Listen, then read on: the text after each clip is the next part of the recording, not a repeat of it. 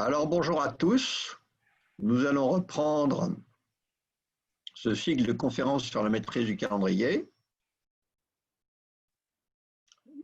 Pour ceux qui étaient là hier, nous avons répondu à une des toutes premières questions auxquelles ce cycle est réputé répondre. Donc j'essaie de faire avancer. Je ne sais pas pourquoi, il a un petit peu de mal au début. Voilà. Hier, nous avons répondu à cette question, quelle est la durée du jour de n'importe quelle date dans l'année, dans n'importe quelle année. La durée du jour au sens entre le lever et le coucher du soleil. Aujourd'hui, nous allons traiter la question du jour de semaine et ça va vous permettre de répondre déjà, quel jour tombe le 15 août cette année. Vous me direz, il suffit de regarder un almanach, mais ça peut être aussi pour l'année prochaine, pour l'année dernière, pour n'importe quand. Nous allons traiter également la question du numéro de semaine. Beaucoup d'entreprises utilisent les numéros de semaine pour gérer les calendriers de projet, mais la plupart des collaborateurs ne sont pas fichus de savoir à quel mois, à quelle date à peu près correspond un numéro de semaine. Et demain, nous parlerons des phases de lune et des dates de Pâques. Voilà, donc aujourd'hui, nous traitons le jour de semaine, une date quelconque.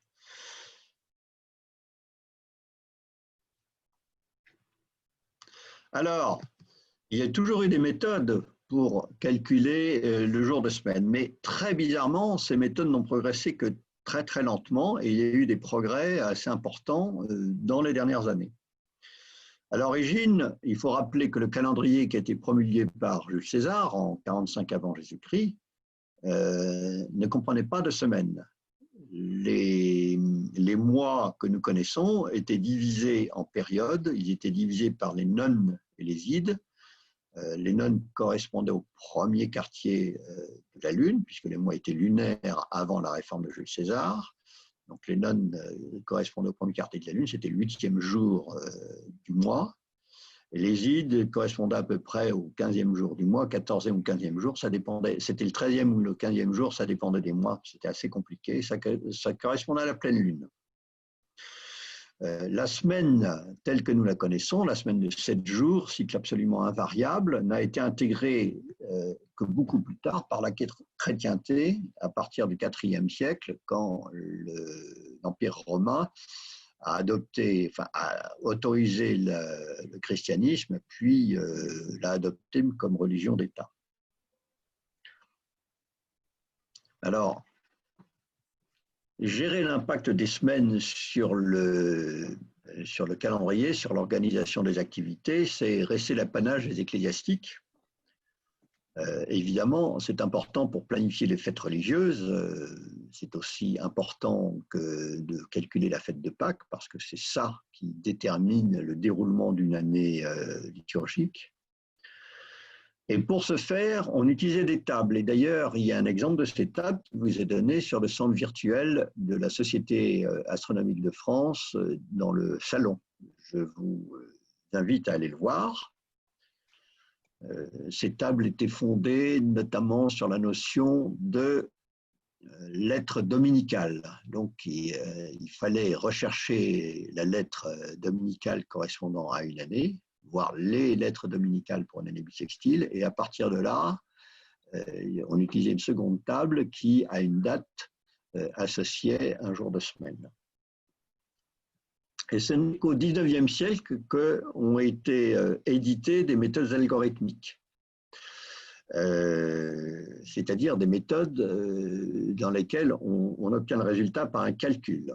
Alors, les méthodes qui sont un petit peu connues aujourd'hui sont celles de Christian Zeller en Allemagne et de Lewis Carroll au Royaume-Uni. Lewis Carroll, oui, c'est bien lui, l'auteur d'Alice au pays des merveilles. C'était en fait un professeur de mathématiques. C'était un professeur de mathématiques qui s'est intéressé à ces questions et qui a fait une méthode à la fois algorithmique, mais destinée à être utilisée en calcul mental et qu'on trouve encore.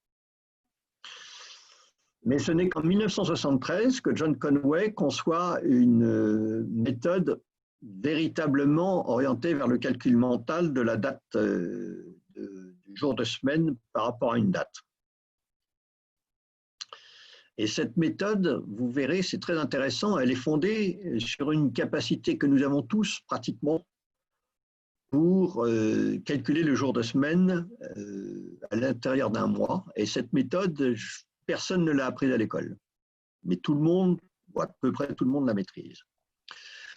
Et le plus intéressant, c'est qu'il y a eu un tout dernier perfectionnement de la méthode proposée par John Conway en 2011, ce qui est quand même tout à fait récent. Et c'est ça que je vais vous montrer aujourd'hui. John Conway lui-même n'utilisait pas ce dernier perfectionnement parce que c'est un mathématicien et comme tous les mathématiciens, il calcule extrêmement rapidement. Il n'avait pas besoin de ce petit perfectionnement. Mais vous allez voir, ce petit perfectionnement permet d'aller beaucoup plus vite, beaucoup plus sûrement au résultat.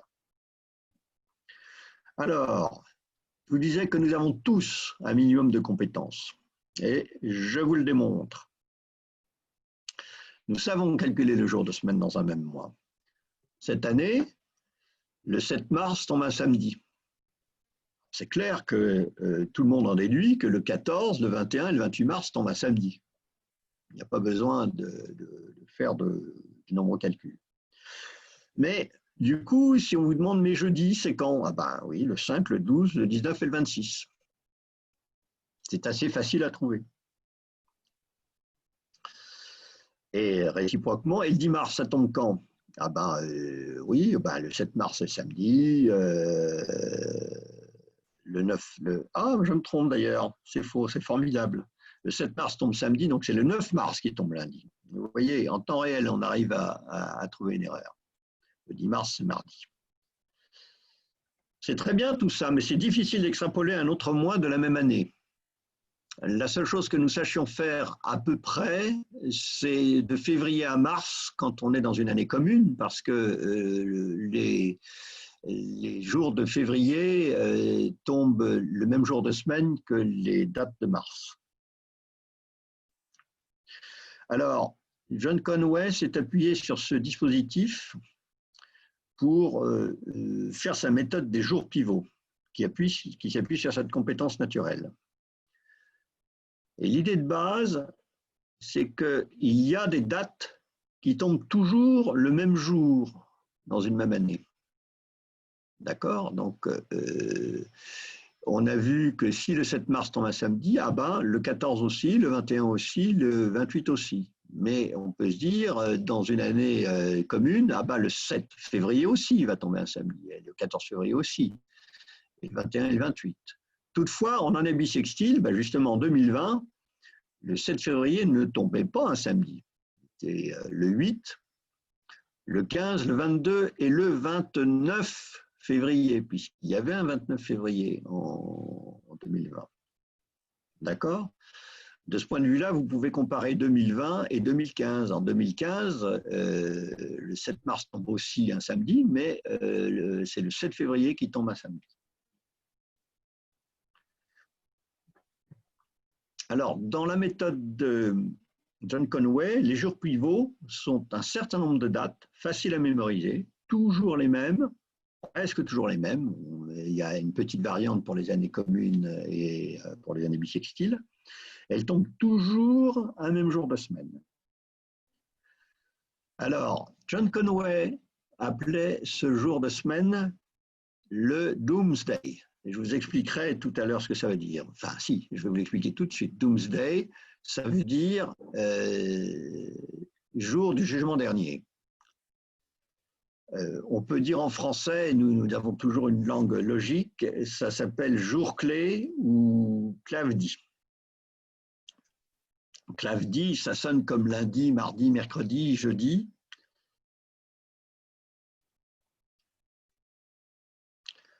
Quand on connaît le jour pivot d'un mois et quand on connaît le clavedi de l'année, on sait quel jour tombe le jour pivot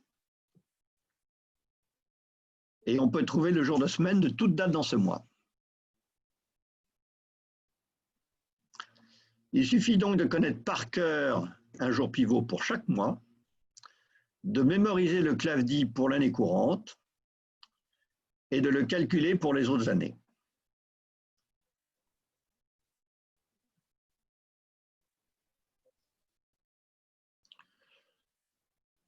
Extrêmement important, les jours de semaine sont numérotés d'une manière qu'il faut mémoriser.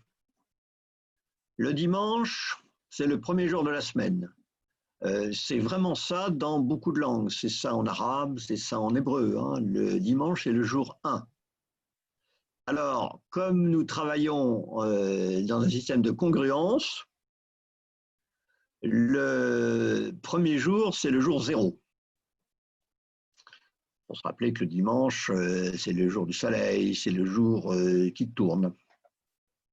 Alors lundi, c'est le jour numéro 1 qui porte le numéro 1, c'est lundi. Mardi, le jour où on m'a redit, on m'a dit 2 fois, donc c'est le jour numéro 2. Le mercredi se dit en 3 syllabes, c'est le jour qui porte le numéro 3. Bon, et ainsi de suite, jeudi, vendredi et samedi.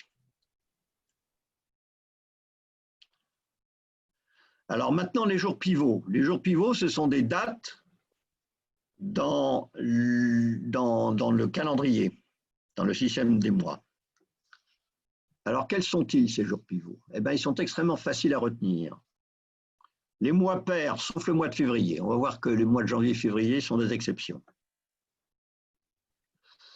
Les mois pairs, c'est 4-4, 6-6, 8-8, 10-10, 12-12. Vous voyez, 4 avril, 6 juin, 8 août, 10 octobre, 12 décembre. Remarquez bien que ces mois ils peuvent être dits aux États-Unis et en Angleterre, puisque vous savez qu'en Angleterre, on dit les mois, on dit les dates à l'européenne en mettant le quantième puis le mois, alors qu'aux États-Unis, les dates sont énoncées en mettant le mois avant le quantième. Eh bien, avec ce système, John Conway met d'accord tout le monde. 4-4, ça désigne toujours le 4 avril, où vous soyez. Le 6-6 désigne toujours le mois de juin. Le 8 août désigne toujours le 8-8 désigne toujours le 8 août, etc.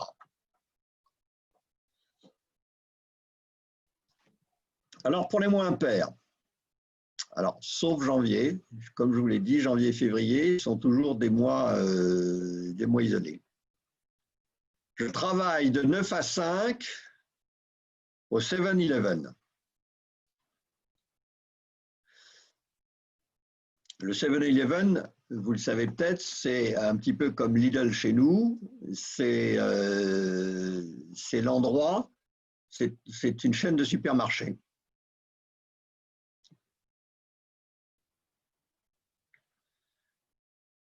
Donc, je travaille de 9 à 5. Eh bien, le 9 mai et le 5 septembre sont des jours pivots.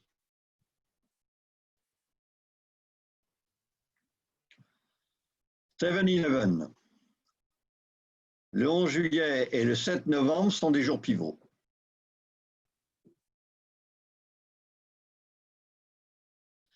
Reste le mois de mars. Alors, la méthode est fondée sur les 0 mars. C'est très important. Le 0 mars, c'est soit le 28, soit le 29 février. Mais c'est toujours le 0 mars. Et donc, c'est le 7, le 14, le 21 et le 28 mars. Et cette méthode est intéressante parce que justement, nous le verrons demain, le 21 mars, c'est le jalon pour le calcul de Pâques. Et donc, cette méthode anticipe aussi le calcul de Pâques. Janvier et février, qui sont des exceptions. Le 0 mars, c'est le dernier jour de février. Donc, le 29 février, quand c'est une année bissextile, sinon le 28 février. 28 jours plutôt que le dernier jour de février. Donc, soit le 1er février si c'est une année bissextile, soit le 31 janvier si c'est une année commune.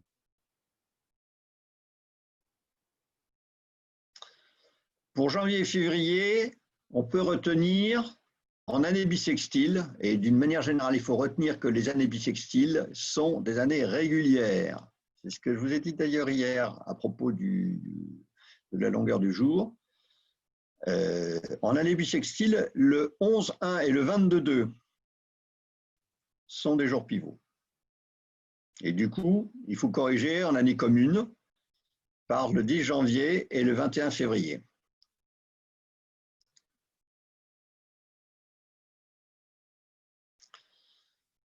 Maintenant que nous avons nos jours pivots, il faut utiliser le CLAFDI. Alors, dans un premier temps, considérons qu'on apprend le CLAFDI de l'année courante, que l'on peut trouver, on commence à pouvoir le trouver un peu partout. On le trouve sur Wikipédia, dans la méthode des jours pivots. On le trouve évidemment sur le site du calendrier milésien. Et puis, j'espère que bientôt, on le trouvera sur les agendas de qualité. Sur les agendas de qualité, par exemple sur l'almanach des PTT, extrêmement complet. On trouvait encore, en tout cas il n'y a pas longtemps, la dernière édition que j'ai eue, des indications comme les pactes et toutes les indications du compute ecclésiastique, dont la lettre dominicale. Eh bien, le CLAFDI, finalement, c'est une information très simple, mais aussi pratique que celle qu'on vous donne dans ce type d'agenda. Voilà les valeurs récentes. En 2017, c'était mardi, 2. En 2018, mercredi, 3. En 2019, jeudi. Et en 2020, on a sauté à samedi. 2020 est une année bissextile, c'est pour ça qu'il y a un saut. Et d'ailleurs, nos amis anglais parlent de leap year, année à saut. Donc là, ça s'illustre parfaitement. Alors que le CLAFDI progresse d'un jour chaque année, il progresse de 2 jours quand on entre dans une année bissextile. Alors maintenant, voilà, nous pouvons entrer dans une petite partie interactive. Vous pouvez calculer les jours de semaine dans l'année courante avec moi. Donc en 2020, je le rappelle, le CLAFDI, le jour clé, c'est samedi. Quel était le 1er janvier ? Alors, est-ce qu'il y en a qui veulent répondre? Non? Non.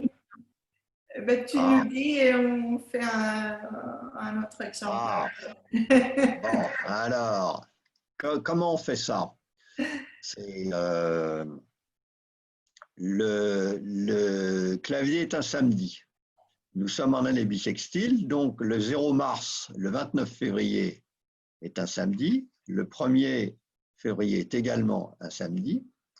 Et donc, si on remonte à janvier, ben vous l'avez vu, le 11 janvier, c'est une année bissextile, le 11 janvier est un samedi, donc le 4 janvier est aussi un samedi.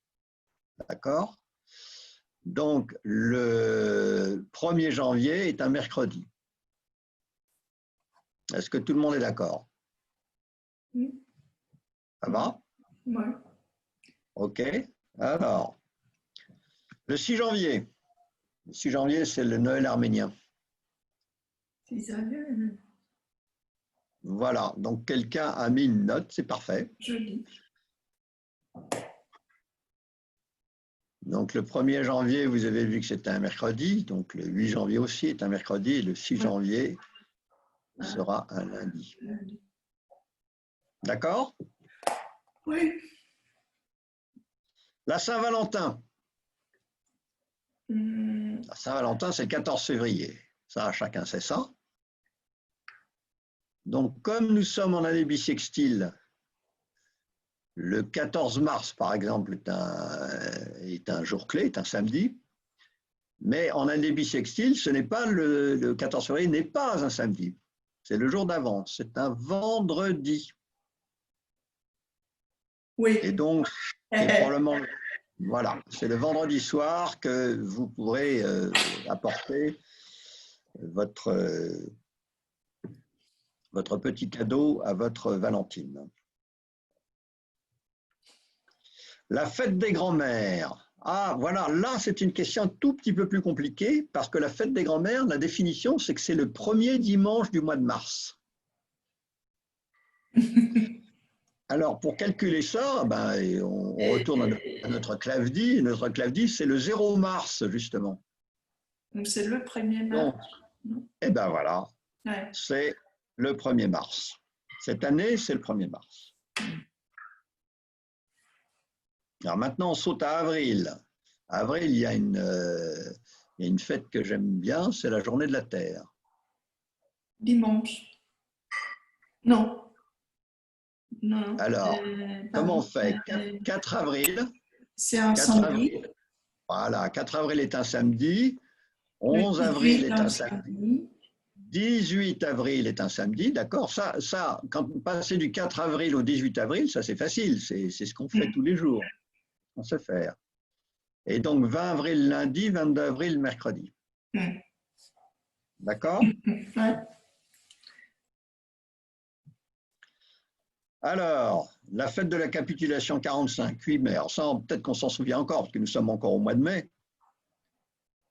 Comment on fait? Donc là, on est dans un mois pair. On est de 9 à 5 au 7-Eleven, je rappelle. Donc 9, Oui, le 9. 5. Vendredi. Donc voilà, le 8 mai est un vendredi et le 1er mai aussi est un vendredi. Ça, en général, tout le monde sait que le 1er mai et le 8 mai tombent le même jour de semaine. Hein, voilà. On ne se souvient pas, on verra plus tard que ça tombe certains autres jours de congé dans l'année. La fête de la musique, 21 juin.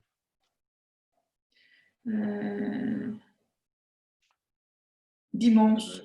Un dimanche. Alors oui, 6 juin, 13 juin, 20 juin. 20 juin est un samedi et donc 21 juin est un dimanche. Le 14 juillet. Alors, 7-Eleven. Mardi. Oui, exactement. 7-Eleven. Donc, le 7 juillet est un samedi. Le 11 juillet est un samedi. Et donc, le 14 juillet, un mardi. La fête de l'Assomption. Grand week-end. Alors, en plein milieu, déjà d'un. La fête de l'Assomption, elle tombe toujours un Doomsday. Puisque le 8 août est un samedi, le 12 août est un samedi. Oui. C'est très facile, ça. Alors là, en septembre, je vous ai proposé l'équinoxe astronomique. Cette année, elle tombe le 22 septembre.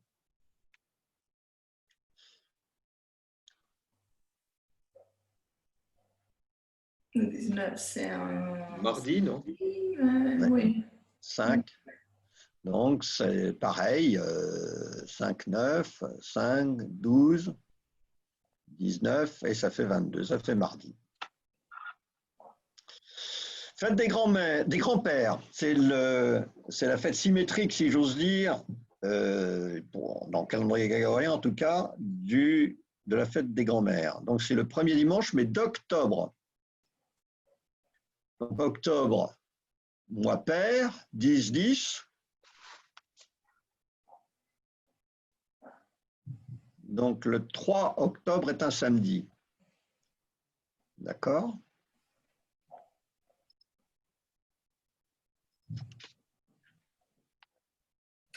Alors, tout le monde sèche? Mais le 3 octobre est un samedi. Donc oui, le 1er octobre, voilà, c'est le premier samedi. Le 3 octobre est un samedi et donc le premier dimanche d'octobre, c'est le lendemain, 4 octobre. Ah oui, c'est ça, 4 octobre. Voilà. Oui. Voilà. Donc c'est une petite gymnastique, il suffit de se replacer un peu les périodes. Halloween. Alors Halloween a beaucoup de succès. Halloween, ça veut exactement dire veille de Toussaint. Le 31 octobre, c'est… 31 octobre, oui. Ça. Samedi. Samedi. Eh oui, le Halloween, c'est tout à fait normal. Ça tombe le Doomsday. Ça, pour John Conway, il n'y a aucun doute. Halloween, juste avant que tous les saints n'arrivent, c'est forcément Doomsday, le jour du jugement dernier. Voilà. Donc, ça, c'est un autre jour clé qu'on peut retenir avec cette petite blague. 11 novembre. Donc, on rejoue avec 7-Eleven. Ouais. Le 7, c'est un samedi. Voilà, Mercredi, oui, c'est ça. voilà, c'est mercredi. Mm. Et enfin, Noël, 25 décembre. Alors, le 12, c'est un samedi. Voilà, Vendredi? oui, exactement. Le Noël, c'est la veille du Clavdi. Voilà, il y a quelques fêtes comme ça qu'on finit par retenir. Donc le 15 août, ça tombe Clavdi. Noël, ça tombe la veille. Non. La capitulation et le 1er mai, tout ça, ça tombe la veille. Voilà, donc il y a des choses qu'on retient. La Saint-Valentin, c'est en février, ça tombe soit le Clavdi, soit la veille. Voilà. Donc vous voyez, au bout d'un moment, on finit par les avoir en tête et on va assez vite en réalité. Et là, c'est facile parce qu'on se rappelle que cette année 2020, c'est samedi. Bon, une fois qu'on l'a retenu, bon, et si on fait cet exercice de temps en temps, on se souvient facilement que c'est samedi. Mais alors, problème suivant, comment on calcule le Clavdi? Si je vous demande ça, par exemple, quel jour de semaine es-tu né? Ah, oui, ça, il faut chercher un peu. Alors, pour vous amuser, cette fameuse méthode des jours pivots, elle a été créée par un certain John Conway, comme je vous l'ai dit tout à l'heure, grand mathématicien qui nous a quittés il y a seulement quelques semaines. Il est né un Clavdi 26 décembre 1937, lendemain de Noël. Et ce qui est tout à fait étonnant, c'est qu'il est décédé un Clavdi 11 avril 2020, veille de Pâques. Et ce qui est très amusant, c'est que l'article fondateur de sa méthode s'appelle Tomorrow is the day after Doomsday. Effectivement, c'est sûrement la dernière phrase qu'il a dû dire quand il nous a quittés, c'est que le lendemain allait être le lendemain du jour de jugement dernier. Alors John Conway était capable de calculer le jour de semaine de n'importe quelle date en 1 à 2 secondes. Il faisait cet exercice parce que chaque fois qu'il se connectait à son ordinateur, l'écran lui proposait un jour, une date absolument quelconque, et il devait en donner le jour de semaine. Sinon, il ne pouvait pas se connecter. Et pour le faire, il y a eu un petit perfectionnement qui a été élaboré en 2011 et que j'appelle 11 sur impair. En anglais, c'est odd plus 11. Je vais essayer de traduire comme j'ai pu. Et ce sont deux ingénieurs praticiens, je dirais, l'un qui travaille pour l'armée de l'air et l'autre qui travaille pour une société de conseil, qui ont proposé cette méthode et en ont fait une démonstration. J'ai trouvé une démonstration un petit peu plus élégante. Christian, je te la donnerai dans un prochain papier. Alors, explication des principes. D'abord, on calcule modulo 7. Calculer modulo 7, tout le monde sait faire ça. C'est ce qu'on fait quand on calcule les jours de semaine dans un même mois, en réalité. Donc 14 égale 7 égale 0, 22 égale 1, moins 4 égale 3. Alors c'est important de voir aussi que on peut calculer modulo 7 avec des nombres négatifs. Et par exemple, si on trouve moins 4, ça veut dire que c'est 3. Si on trouve moins 1, ça veut dire 6. Première étape du calcul, à partir d'une année, on décompose l'année en siècles plus ce que j'appellerais la partie infraséculaire. Donc, si on parle de 1937, par exemple, on dit que c'est 1900 plus 37. John Conway était très pragmatique.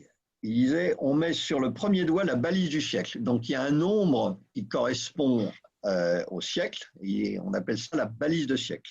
Et sur le second doigt, on met le résultat de la méthode 11 sur impair qui est appliqué à la partie infraséculaire de l'année. Alors, John Conway utilisait tous les doigts, à part le pouce, mais avec la méthode nouvelle, on n'a plus qu'un seul chiffre à calculer, qu'un seul nombre à calculer.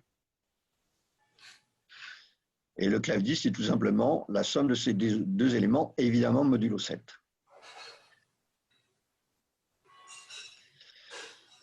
La balise de siècle, c'est le clave-dit de l'année de siècle, si vous voulez.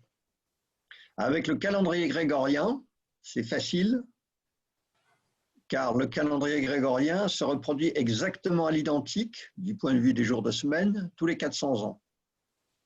Donc les balises de siècle pour 1600, pour l'an 2000, pour 2400, et puis ensuite pour 2800, 3200, etc., c'est toujours 2 mardi. Pour 1700, 2100, 2500, etc., c'est toujours 0 dimanche. 1800, 2200, 2600, c'est 5 vendredi. 1900, 2300, 2700, c'est 3 mercredi. D'accord? Ça, c'est en calendrier grégorien. Mais il faut aussi calculer en calendrier julien. Donc, on fait la même opération. On décompose A en siècle et partie infraséculaire. Eh bien, la balise, c'est tout simplement moins le siècle. Par exemple, en l'an 325, la balise de siècle, c'est moins 3. Donc, toutes les années entre 300 et 399, on va utiliser la balise de siècle, moins 3, modulo 7, c'est-à-dire 4.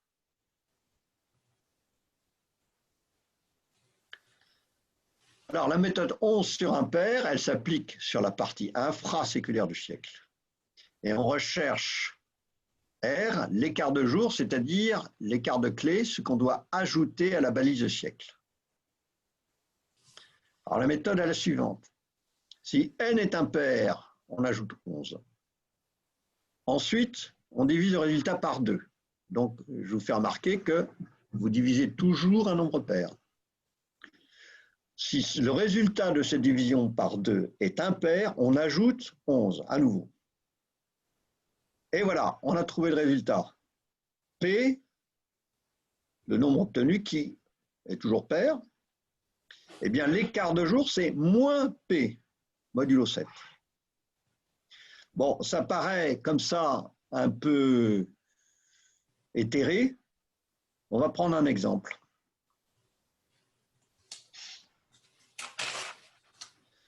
À calculer le jour de semaine du 11 novembre 1918. D'accord? Est-ce qu'il y en a qui le connaissent d'avance? Personne? Eh bien voilà, on peut faire le calcul. 1918, c'est 1900 plus 18. Donc, sur le premier doigt, on place la balise de siècle. Pour 1900, vous vous souvenez, c'est 3. On a retenu 2053. Donc pour 1900, c'est 3.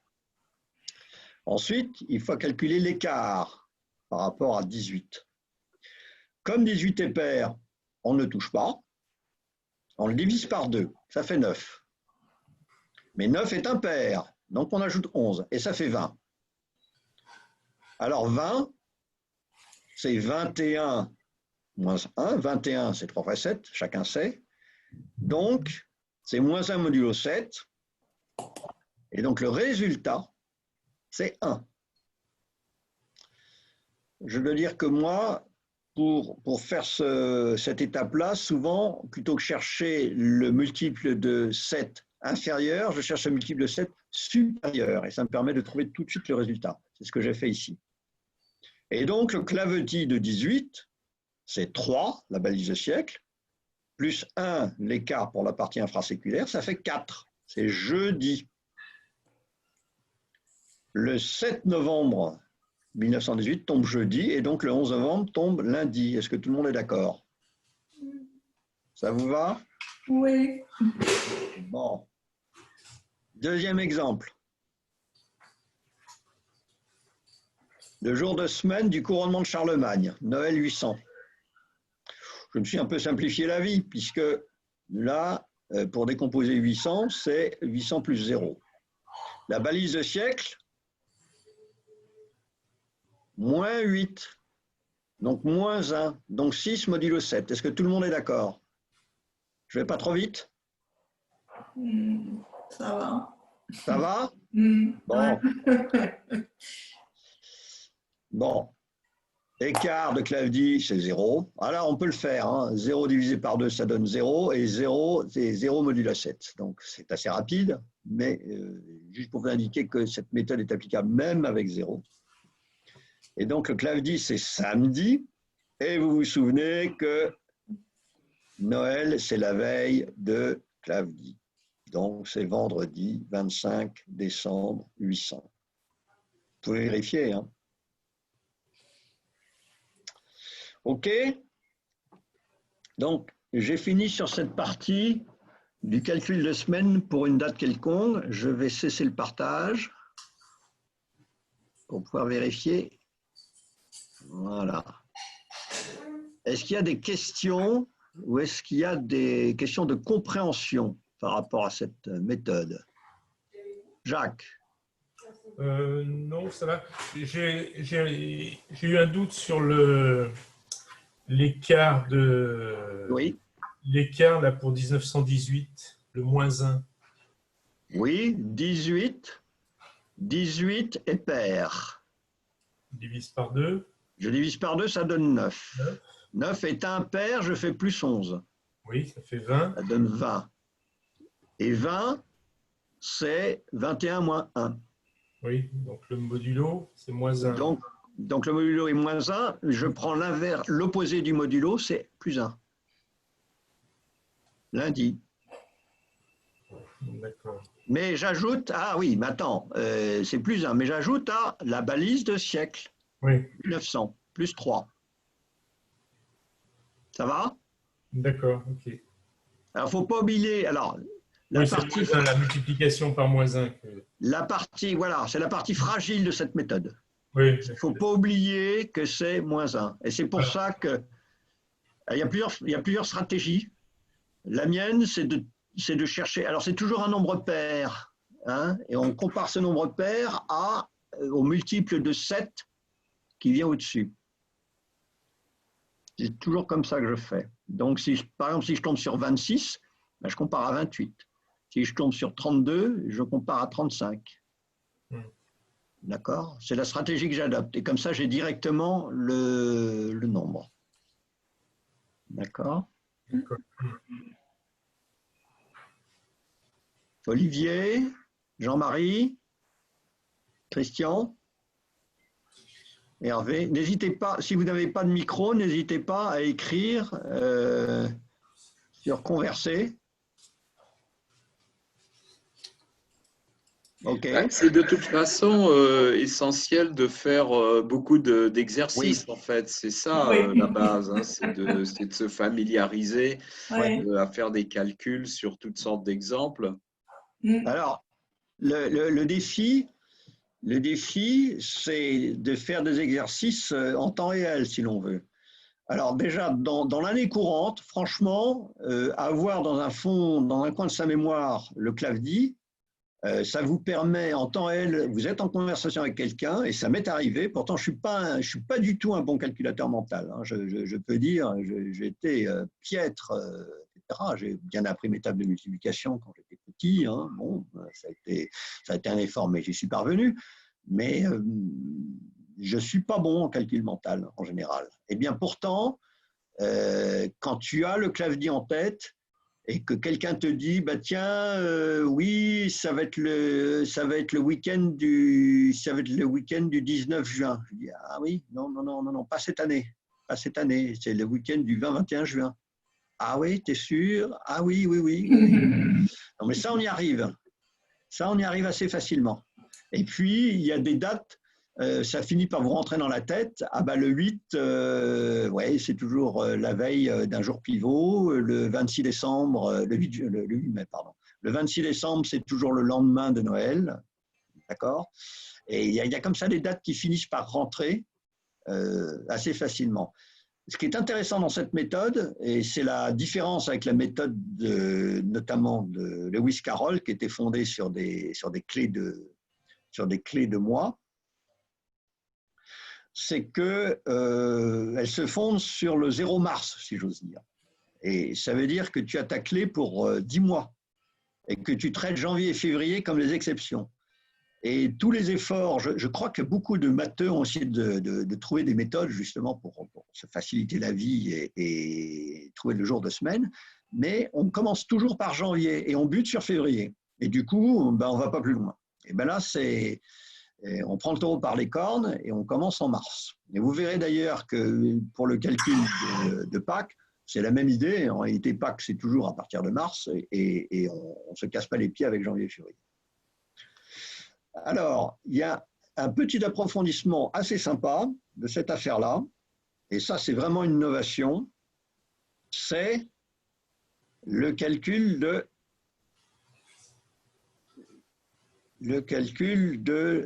voilà, c'est ça, le calcul du numéro de semaine ISO. Je vais voir s'il va bien marcher. Voilà. Alors, la semaine ISO, qu'est-ce que c'est ? Les semaines ont été normalisées par l'ISO. C'est une norme qui porte le numéro 8601 et qui permet de dire quelle est la semaine numéro 1 dans une année et ainsi de suite, quelles sont les semaines jusqu'à 52 ou 53. Dans la norme ISO, la semaine numéro 1 est toujours celle où tombe le premier jeudi du mois de janvier. Donc, c'est la définition. On montre assez facilement qu'une définition équivalente, c'est que c'est la semaine où tombe le 4 janvier. Tiens, 4 janvier, ça vous dit peut-être quelque chose? Le 4 janvier, c'est un jour pivot en année bissextile. Alors, vous allez peut-être savoir où je veux en venir.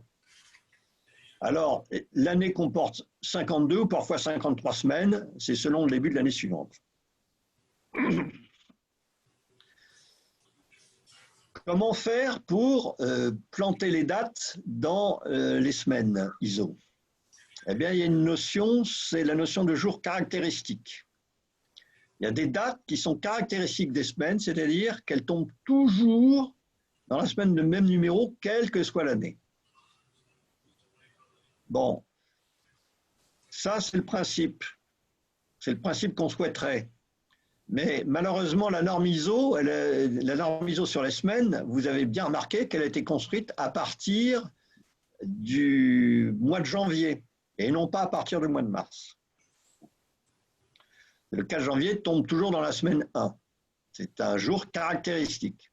Eh bien, le 11 janvier tombe toujours dans la semaine 2. C'est aussi un jour caractéristique.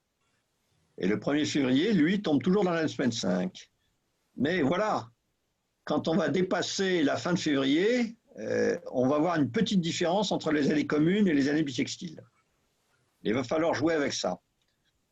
Vous allez voir, ce n'est pas si compliqué que ça. Commençons par les années bissextiles, ce sont les années régulières. Dans tout ce qu'on fait ici, c'est l'année bissextile qui est l'année régulière. Eh bien, les dates qui tombent à Clavdi, donc les jours pivots, c'est justement le jour caractéristique d'une semaine au sens ISO. Ah, lors des années communes, il y a un petit décalage. Le jour caractéristique d'une semaine, c'est le lendemain d'un jour tombant le Clavdi. C'est le lendemain d'un jour pivot. D'ailleurs, en année commune, c'est le 3 janvier qui est un Clavdi, alors que c'est le 4 janvier qui est un jour pivot. Vous voyez qu'ils sont très proches. Alors, il y a une façon de contourner, je dirais, cette petite exception, c'est de se dire que les jours pivots sont aussi les jours caractéristiques d'une semaine ISO, sauf certaines années communes. Lesquelles? Ce sont les années communes dont le Clavdi est dimanche. Alors, en 2021, ce sera le cas. Le Clavdi sera dimanche. Et donc, on aura un dimanche 3 janvier et le 4 janvier sera la semaine suivante. Bien, ça arrive seulement certaines années. C'est arrivé en 2010, ça arrive en 2021, ensuite en 2026 et en 2038. Notez bien que les années bissextiles qui ont un Clavdi dimanche, par exemple 2004, eh bien, elles n'ont pas ce problème. Et ça, c'est un petit défaut d'ailleurs de cette norme ISO sur les semaines, c'est que vous avez certaines semaines qui portent exactement les mêmes dates et qui peuvent avoir des numéros différents entre 2 années. C'est le cas pour 2004 par rapport à 2010, par exemple. Alors, une fois qu'on a observé ce truc-là, on a envie de se donner des semaines jalons, comme on l'a fait pour nos jours clés, nos semaines. Eh bien, pour ça, il y a une règle amusante, c'est la règle des 9 semaines. 9 semaines, ça fait 63 jours. Or, 2 mois, ça fait 61 jours la plupart du temps, en calendrier grégorien. Toujours en calendrier milésien, mais la plupart du temps en calendrier grégorien. Et 9 semaines, oh, la multiplication par 9, elle a de très très bonnes propriétés. Hein. Ceux qui ont appris la preuve par 9 s'en souviennent peut-être. Alors, je vais rapidement au résultat. Pour les mois pairs, le 1er février est une sorte d'exception. Vous allez voir pourquoi. Le 1er février correspond toujours à la semaine 5. Ah, pardon. Le 4 avril, donc un jour pivot, il correspond à la semaine 14. 14, remarquez que la somme des chiffres fait 5 aussi. Le 6 juin correspond à la semaine 23. Ah, tiens, c'est drôle, 2 plus 3, ça fait 5 aussi. Le 8 juin correspond à la semaine 32. Ah, 3 plus 2, ça fait 5. Le 10 juin, la semaine 41. Et le 10 octobre correspond à la semaine 41. Et le 12 décembre à la semaine 50. Vous voyez que toutes ces semaines,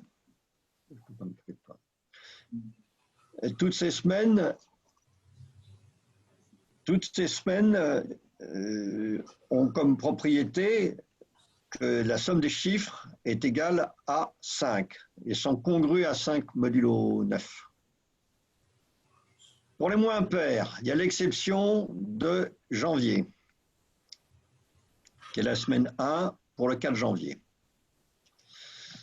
Ensuite, on prend le 0 mars. Le 0 mars, c'est vraiment une date qu'il faut retenir. C'est connaître le 0 mars, c'est faire un très grand progrès dans la maîtrise du calendrier. C'est la semaine numéro 9, 09. Le 2 mai. Alors là, oui, là, je dois dire que pour les 2 mois impairs qui suivent, il faut faire une petite entorse. Il faut prendre le premier jour pivot du mois. Donc, au lieu du 9 mai, on prend le 2 mai. C'est la semaine 18. 1 plus 8 font 9. Ensuite, pareil en juillet, au lieu de prendre le 11, il faut prendre le premier jour pivot du mois, c'est le 4. C'est la semaine 27, multiple de 9. Pour septembre, on a la semaine 36, avec le jour pivot 5 septembre. Et pour novembre, 7 novembre, ça fait la semaine 45. D'accord? Alors, quand on a fait cette petite observation, on va pouvoir, 2 opérations simples, soit trouver la date caractéristique d'un numéro de semaine, soit à partir d'un numéro de semaine, retrouver la date caractéristique. Alors, si on part d'un numéro de semaine, on cherche un autre numéro de semaine qui soit aussi simple que possible, c'est-à-dire qui soit parmi la liste qu'on a vue tout à l'heure, soit c'est un multiple de 9, et tout le monde sait que les multiples de 9 ont comme caractéristique d'avoir la somme des chiffres égale à 9. Si c'est un multiple de 9, c'est qu'on est dans un mois impair. Ou sinon, congrès à 5 modulo 9, la somme des chiffres est égale à 5. Et le mois est pair.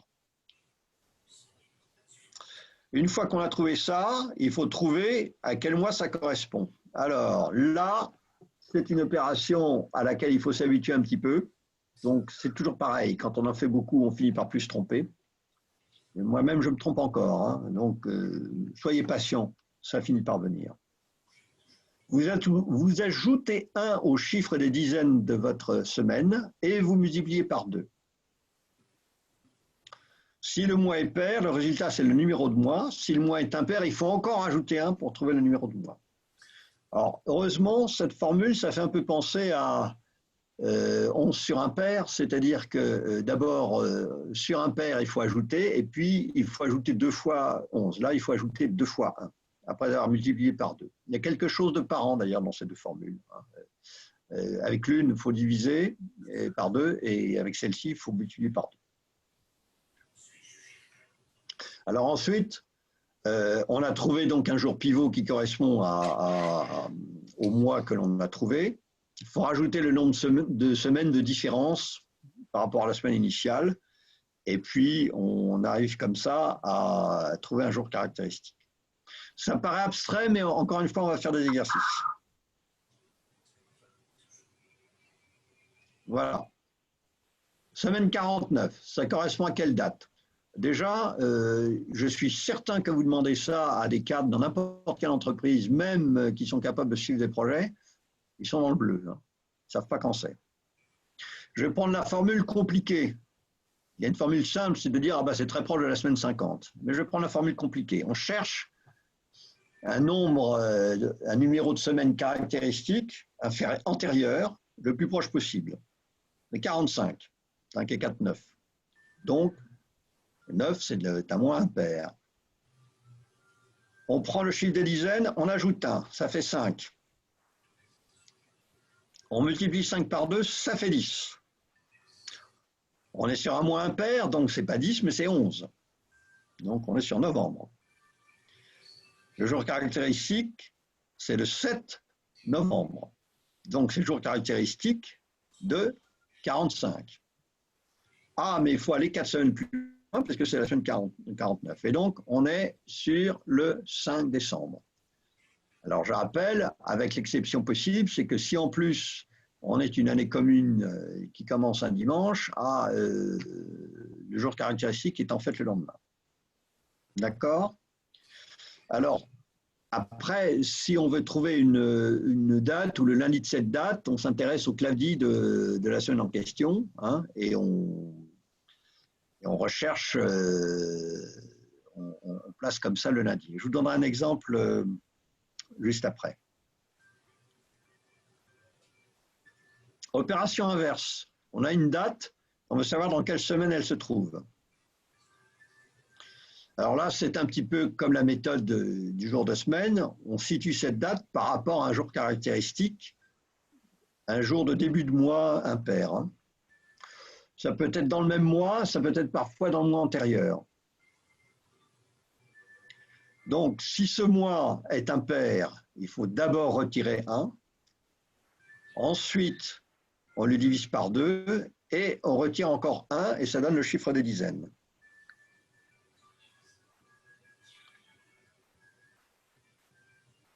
Si le mois est impair, on complète ce chiffre des dizaines de façon à avoir un multiple de 2. Un multiple de 9, pardon. Donc, par exemple, si c'est 3, pour un multiple de 9, c'est 6, donc 36.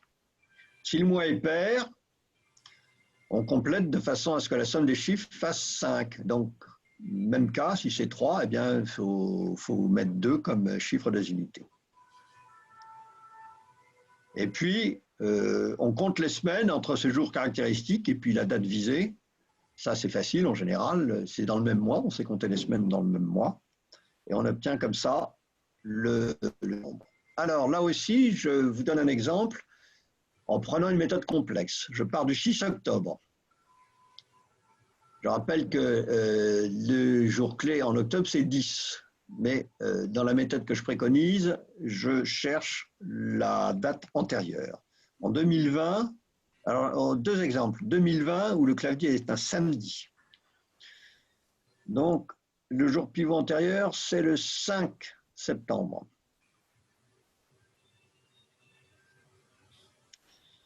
C'est un mois impair. On enlève 1, ça donne 8. On divise par 2, ça donne 4. On enlève 1 à ce 4, ça donne 3. Et ça, c'est le chiffre des dizaines. Et comme c'est un mois impair, eh bien, il faut compléter de façon à avoir 9. C'est la semaine 36. Tiens, c'est celle que vous avez trouvée. Maintenant, il faut aller de cette semaine qui caractérise le 5 septembre jusqu'au 6 octobre. 4 semaines après, enfin, 4 semaines après le 5 septembre, on se retrouve au 3 octobre.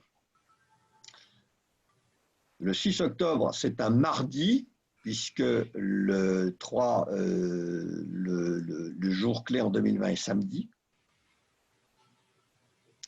Et donc, le 6 octobre sera la semaine 41. Ça, c'est si on a joué en 2020. Maintenant, on joue en 2017. Le clavier était un mardi. Le début des opérations, c'est exactement le même. On trouve le pivot antérieur, 5 septembre. Donc, mois de septembre, moins 1, ça fait 8. 8 divisé par 2, ça fait 4. Et on en enlève encore 1, ça fait 3. Et là, on a notre chiffre des dizaines. Comme c'est un mot impair, on ajoute de façon à obtenir un nombre multiple de 9. Et on a la semaine 36. Cette fois, le 3 octobre, juste avant le 6, c'est un jour pivot de la semaine 40, 4 semaines après le 5 septembre. Mais ce 3 octobre, c'est un mardi. Et donc le 6 octobre, c'est le vendredi suivant, il est lui dans la même semaine. Il est semaine 40 et non pas semaine 41. D'accord ? Alors tout ça, ça se fait mentalement, mais c'est vrai que ce sont plusieurs étapes qui se suivent. Hein. Donc il ne faut pas perdre le fil. Ça peut être pas mal d'avoir un petit bout de papier la première fois qu'on fait les exercices, mais ça se fait mentalement.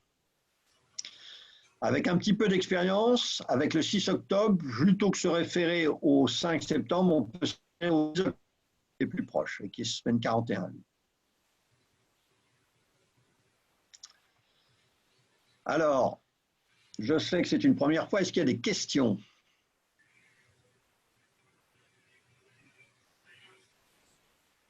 Il faut la pratique pour être à l'aise, nous dit Hervé. Oui, il faut la pratique pour être à l'aise. Pour le jour de la semaine, ça vient assez vite si on en fait un petit peu tous les jours. Mais on a toujours plein d'occasions de le faire. Vous avez vu récemment passer peut-être une fausse lettre de Madame de Sévigné. Vous vous souvenez de ça peut-être? Bon, et alors, beaucoup de gens ont dit, mais c'est forcément un faux. Il parle de Mazarin qui vous confine, mais c'était Mazarin qui était confiné. Il était déjà enterré depuis une dizaine d'années. Donc, c'était totalement apocryphe. Mais votre serviteur a tombé sur cette lettre et la première chose qu'il a regardée, c'est la date. Madame de Sévigné écrit toujours le jour de la semaine suivi de la date. Alors, j'ai vu que c'était faux. C'était faux. Voilà. Et, jeudi 30 avril, ben non, le 30 avril 1787 n'était pas un jeudi. Mais ça se voit assez vite. Et finalement, ça m'a pris moins de temps que de vérifier que, ce qui paraissait presque évident, mais que de vérifier que Mazarin était mort depuis longtemps au moment où on en parlait. Donc, pour le jour de la semaine, si on a envie de le faire, on l'acquiert assez vite. En revanche, pour le numéro de semaine, ça, c'est une méthode qui devrait permettre à des cadres de ne pas être complètement perdus quand on leur présente un plan projet et qu'on leur dit qu'on parle de la semaine ceci ou cela. Point de vue étude, c'est très intelligent de gérer les choses par numéro de semaine. Je comprends très bien, je l'ai fait moi-même et effectivement, c'est assez parlant. Une semaine d'un certain numéro, c'est en général une semaine où il se passe toujours à peu près les mêmes choses. Il y a toujours plus ou moins le 1er mai, le 8 mai, on l'a vu, hein, ça tombe à peu près la même semaine ou à une semaine près. Et donc, c'est une bonne chose de planifier dans les industries les exercices sur des semaines. Mais n'avoir absolument aucune idée de quand tombe une semaine, c'est quand même un peu terrible. Donc déjà, l'idée que en ajoutant ou en retranchant 1 et en multipliant par 2, on arrive à trouver au moins le premier chiffre, le chiffre des dizaines, ça peut aider quand même, me semble-t-il. S'il n'y a pas d'autres questions... Est-ce qu'il y a des Oui, Jacques. Des articles disponibles sur Internet ou sur Wikipédia ou... Alors, La méthode des jours pivots, elle est documentée sur Wikipédia en anglais et en français. Je suis intervenu sur la version française pour ajouter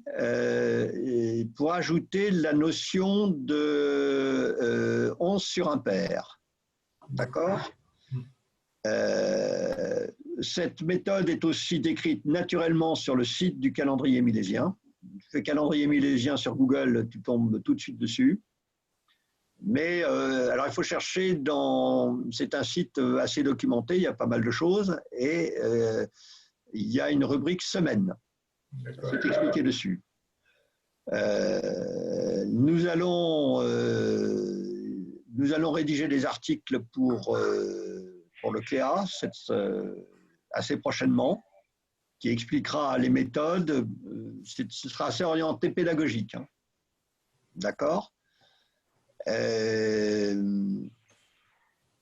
voulais dire autre chose. Oui, sur les semaines ISO, là pour l'instant, ça n'existe que sur le site du calendrier milésien. C'est tout récent. La bonne pratique serait que ce ne soit pas moi qui rédige l'article Wikipédia. Donc, avis aux amateurs. Avis aux amateurs. De même, il n'y a pas d'article Wikipédia sur le calendrier milésien.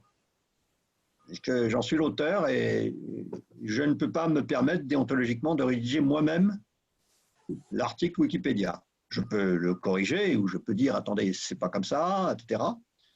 Mais je ne suis pas censé le rédiger moi-même. Alors, il y a parfois des arrangements avec le ciel. Hein.